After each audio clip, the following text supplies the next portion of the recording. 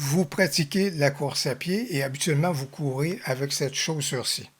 Maintenant, si vous achetez cette chaussure-ci, est-ce que vous allez courir plus vite? Est-ce que vous allez avoir plus d'endurance? La réponse, c'est non. Vous allez courir plus vite et vous allez avoir plus d'endurance si vous vous entraînez de façon différente, si on vous donne des conseils pour allonger votre foulée, etc., etc., etc.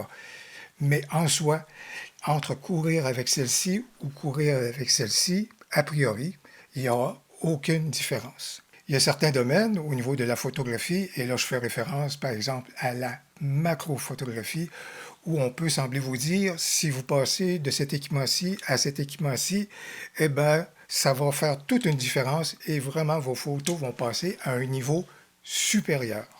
Au niveau de la macrophotographie, si on veut passer des photos qui sont à ce niveau-ci et les amener à un niveau supérieur, bien au-delà de l'équipement, il y a certains principes qui sont à connaître. Et bien voilà donc ce qu'on examine maintenant. Je commence en vous présentant certaines des photos macro que j'ai prises il y a quelques années avant que je comprenne les principes que je devais mettre en œuvre pour obtenir de meilleurs résultats. Et vous pouvez le voir, c'est vraiment très peu convaincant, c'est vraiment pas très excitant au niveau des photos. Mais depuis que j'ai compris certains des principes que je veux vous présenter aujourd'hui, je pense que mes photos ont atteint un niveau supérieur, un niveau intéressant, bien qu'il y ait certainement des professionnels parmi vous au niveau de la macro qui regardent mes résultats et qui disent on peut faire mieux et je suis d'accord avec eux, surtout au niveau, par exemple, des fois, au niveau du focus bracketing, on peut certainement avoir des résultats qui sont encore de niveau supérieur, mais à tout le moins, je vous propose certains éléments à ce moment-là pour que déjà vos photos au niveau de la macrophotographie puissent connaître un bond en avant.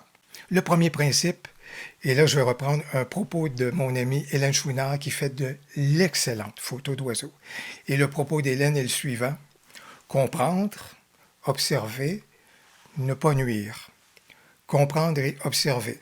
J'arrive sur une scène, je suis à la recherche des insectes. Pourquoi ne pas prendre un moment pour comprendre et observer à ce moment-là ce qui s'offre à moi? Où sont les insectes? Quel est le moment de la journée? Est-ce que je suis dans la fraîcheur du matin? Et à ce moment-là, les insectes sont un petit peu plus inertes, je vous dirais. Est-ce qu'ils sont un peu plus gelés? Est-ce qu'on est dans l'effervescence de l'avant-midi? Est-ce qu'ils sont à la recherche de l'ombre à ce moment-là pour se protéger du soleil et de sa chaleur? Bref, il y a plein de choses à comprendre et à observer avant même de se lancer dans l'action. Plus on va comprendre le comportement des insectes, meilleures sont nos chances à ce moment-là de faire de la bonne photo avec ceux-ci. Donnez-vous des chances de réussir vos photos. C'est-à-dire que si vous voyez un insecte et celui-ci vous intéresse et que vous vous précipitez par exemple vers la fleur, eh bien c'est la même chose qu'un ours qui va sortir de la forêt et va se diriger vers vous. Est-ce que vous pensez que ça va être une rencontre amicale? Vous êtes plutôt effrayé à la perspective de l'ours qui se dirige vers vous. C'est la même chose avec l'insecte. Si vous vous précipitez vers la fleur en vous disant « il va partir, il faut absolument que je le capte avant qu'il parte », vous n'avez pas grand chance à ce moment-là de capter votre photo. Installez-vous à un endroit. Ne bougez pas. Laissez les insectes s'habituer à votre présence. Ne devenez pas une menace pour eux. Ils vont vous accepter et à ce moment-là, vous allez pouvoir vous mettre en action. Alors, deuxième élément qui est important de comprendre au niveau de la macrophotographie, eh bien, c'est la profondeur de champ. La profondeur de champ qui va faire en sorte que vous allez être capable d'obtenir un bon résultat sur une partie du corps de l'insecte ou encore sur une certaine partie de votre scène photo. Bref, il est important de comprendre cet élément-là. Et au chapitre de la macrophotographie, contrairement, si vous voulez, à la photo paysage, eh bien, la scène photo que vous allez prendre, elle est très étroite. Alors, j'aime bien l'image que Pat me faisait l'autre jour lorsqu'on parlait de la profondeur de champ. Et par exemple, si votre objectif ouvre à f1.8 ou encore à f2.8, l'équivalent en macrophotographie de f1.8 ou de f2.8, c'est l'équivalent de ça, juste ici. C'est-à-dire à peine l'épaisseur d'une feuille. C'est ce que vous allez obtenir comme profondeur de champ. C'est peu. C'est peu de chance, effectivement, également, donc d'avoir une section ou une partie nette à ce moment-là sur l'insecte. Lorsqu'on fait de la macrophotographie, au minimum, on veut ouvrir à f8, voire même F11, et souvent, moi, je vais travailler à F14. Ça va donc nous permettre d'avoir une partie donc de l'insecte à ce moment-là qui va être nette, une belle précision, une belle netteté à ce moment-là, mais il y aura une section donc qui sera également floue par rapport à tout ça. Et là, je vous montre certaines photos que j'ai prises justement à F14 pour que vous voyez quelle est la proportion à ce moment-là de l'insecte qui est donc nette, et c'est donc des choses qui peuvent être intéressantes. Certains diront ce n'est pas suffisant, et alors là, vous pourrez éventuellement vous retourner vers le focus bracketing pour obtenir davantage de netteté et de précision dans l'ensemble de votre photo. Mais pour faire vos premiers pas au niveau de la macrophotographie et pour vous donner de bonnes chances de réussite, on travaille à F11, on travaille à F14. Pourquoi est-ce que je ne parle pas de F16 ou encore de F22? Simplement à cause du phénomène de la diffraction. Si vous n'êtes pas familier avec le phénomène de la diffraction, donc de l'effet que ça peut avoir au niveau de la netteté dans votre photo, je vous renvoie dans le descriptif de la vidéo sur une excellente vidéo qui a été faite par un photographe physicien canadien et qui illustre très bien quel est le phénomène de la diffraction et quel est l'impact au niveau de votre photo. C'est important de comprendre le phénomène en question. Avec une ouverture de F14, eh bien, ça vient avec un certain défi et ce défi-là, c'est la durée d'exposition. Oui, on veut avoir une durée d'exposition assez courte pour justement figer le mouvement de l'insecte. Et dans mon cas, je vais jouer au minimum à 1/50e de seconde. Et à ce moment-là, 1/100e de seconde, ça va me convenir. Habituellement, ça fonctionne très bien pour figer le mouvement de l'insecte. Surtout si celui-ci, par exemple, s'est déposé sur une feuille ou sur une tige ou sur une fleur. À ce moment-là, ça va bien fonctionner. Mais souvent, même pour 1/50e ou 1/100e de seconde, je dois grimper mes ISO. Et souvent, au niveau de ma macrophotographie, j'aurai du bruit numérique dans mes photos. Voilà pourquoi je devrais réduire le bruit numérique au moment de la retouche de mes photos. Avec une ouverture de F14 et de la profondeur de champ qui vient avec, il est important de comprendre la résultante que vous pouvez obtenir au niveau de votre photo selon que vous faites face à votre insecte ou encore que celui-ci est de façon parallèle au moment de la prise de votre photo.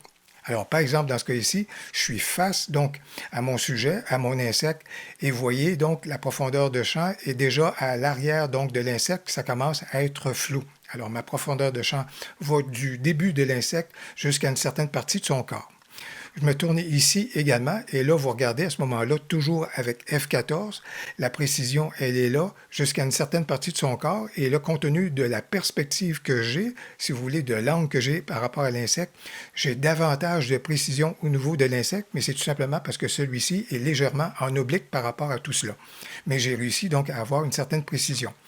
Mieux encore, vous allez avoir d'excellents résultats si l'insecte à ce moment-là est votre sujet et à ce moment-là parallèle, parce que la profondeur de champ que vous aviez lorsqu'il était donc face à vous, vous avez la même profondeur de champ, mais puisque celui-ci est parallèle, vous êtes capable donc d'avoir une précision à partir du début des pattes de votre insecte jusqu'à l'autre côté de celui-ci. Vous n'avez pas plus de profondeur de champ, mais la résultante, compte tenu de la position de votre insecte à ce moment-là, fait en sorte qu'on a une impression que celui-ci est complètement net, et c'est vraiment le cas. Troisième conseil, comment être réactif avec des sujets qui n'ont pas le goût de nous attendre. Moi, ce que je vous suggère, c'est au niveau de la mise au point. On peut se tourner vers la mise au point simple, on peut se tourner vers la mise au point continue, mais je vous encourage à explorer la mise au point manuelle.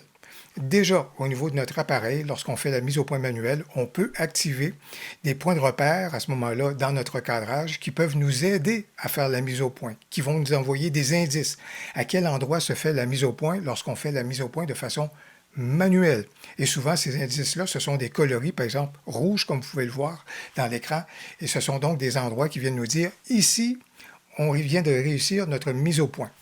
Et à ce chapitre-là, si on veut être réactif, on va ajuster notre mise au point qui nous convient et par la suite, moi, je n'ajuste plus ma mise au point. Ce que je fais, c'est que je me déplace à ce moment-là avec mon boîtier et mon objectif pour obtenir justement la mise au point à l'endroit que je veux bien au niveau de l'insecte et je déclenche. Alors, plutôt que de toujours manipuler, donc, si vous voulez, ma bague pour faire ma mise au point, non, c'est moi qui vais me déplacer à ce moment-là pour en arriver à un endroit où est-ce que je veux que la mise au point se réalise sur l'insecte. Et là, au niveau de notre déplacement, dès qu'on observe des coloris rouges au début de l'insecte, et puisque notre profondeur de champ est de F14, à ce moment-là, déclenchons et on aura une partie du corps donc de notre insecte qui sera donc nette et précise. Le quatrième élément, et là c'est probablement le plus important, même si vous allez chercher le meilleur équipement au monde, même si vous avez un objectif macro extraordinaire, si votre perspective par rapport à votre sujet n'est pas intéressante, ça va faire des photos peu intéressantes. Et au niveau de la perspective, ben c'est la même chose lorsqu'on fait des photos, par exemple, de mammifères, lorsqu'on fait des photos d'un renard. On peut prendre des photos de renard en plongée, comme le font la majorité des humains par rapport au renard. Mais vous avez la possibilité, si vous voulez faire des photos qui vont nous accrocher davantage, de vous coucher au sol pour pouvoir capter le renard à ce moment-là, à sa hauteur et dans ses yeux. C'est la même chose avec les insectes. Vous pouvez faire des photos à ce moment-là en plongée par rapport aux insectes, mais les photos qui vont se démarquer, qui vont nous accrocher et qui vont vous plaire, sont les photos où vous aurez pris le temps à ce moment-là de vous mettre au niveau de l'insecte et d'aller le chercher dans les yeux, là où est-ce qu'on voit ses yeux, lorsqu'on a une certaine proximité avec celui-ci, lorsqu'on a l'impression qu'il est en train de nous regarder. Ça, ce sont des photos qui sont captivantes, que vous allez apprécier, et cet élément-là de la perspective vient bien au-delà de n'importe quel équipement que vous pourriez acheter. Puisqu'il est question d'équipement, et puisque vous y tenez absolument, parce que je vais faire de la meilleure photo macro grâce à de l'équipement, eh bien, si vous voulez, un objectif macro, en général, se démarque de deux façons. De un, par le ratio qu'il présente, et de deux, par la proximité qu'il nous permet avec le sujet. Parlons du premier. Habituellement, un objectif macro, ça a un ratio de 1 pour 1, c'est-à-dire qu'au niveau de la scène photo que je prends, il est en mesure de reproduire à ce moment-là la scène photo à l'identique et dans les mêmes proportions à ce moment-là. Alors, c'est donc un ratio de 1 pour 1. Souvent, il y a des objectifs macro qui sont excellents et qui vont nous offrir un ratio de 1 pour 2. Et c'est le cas, par exemple, dans ce cas-ci, du 24 mm du côté de Canon. Alors, le ratio est de 1 pour 2, c'est-à-dire qu'au niveau de la scène qui est là et que je capte, il fait un pas de recul. Il n'est pas à l'identique, mais il fait un pas de recul par rapport à cette scène-là. Mais ça reste de la photo qui est vraiment très intéressante à capter au niveau de la macrophotographie. Au chapitre du ratio 1 pour 1 ou encore 1 pour 2, eh bien, là-dessus, il n'y a rien qu'on peut y faire. Sauf qu'on peut certainement intervenir au niveau du deuxième élément qui caractérise les objectifs macro. Et les objectifs macro, ce sont des objectifs qui nous permettent d'avoir une proximité physique avec notre sujet. Par exemple, au niveau de la distance qu'on doit avoir entre l'objectif et le sujet, bien dans ce cas-ci, par exemple, ça peut être telle distance. Mais des fois, on a un objectif qui, à ce moment-là, exige une distance accrue par rapport à notre sujet et on aurait le goût de se rapprocher un peu plus, mais il ne sera pas en mesure de faire la mise au point.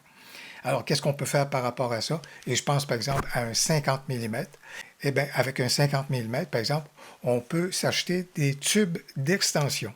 Et les tubes d'extension font en sorte que vous allez être en mesure de diminuer à ce moment-là la distance avec votre sujet, mais non seulement ça, ça va vous permettre de vous rapprocher au niveau de la distance focale de votre sujet et ça va vous permettre d'atténuer la distance physique que vous devez respecter entre votre sujet et le devant de l'objectif. Comprendre, observer, adopter une attitude qui va faire en sorte que les insectes vont vous accepter. Voilà autant d'éléments que je crois qui vont faire en sorte que vos photos en macrophotographie vont passer de ceci à ceci indépendamment de l'équipement que vous pourriez avoir à ce moment-là pour réaliser vos photos et surtout sans avoir à dépenser une fortune au niveau de l'équipement pour réaliser des photos qui seront à la hauteur de vos attentes.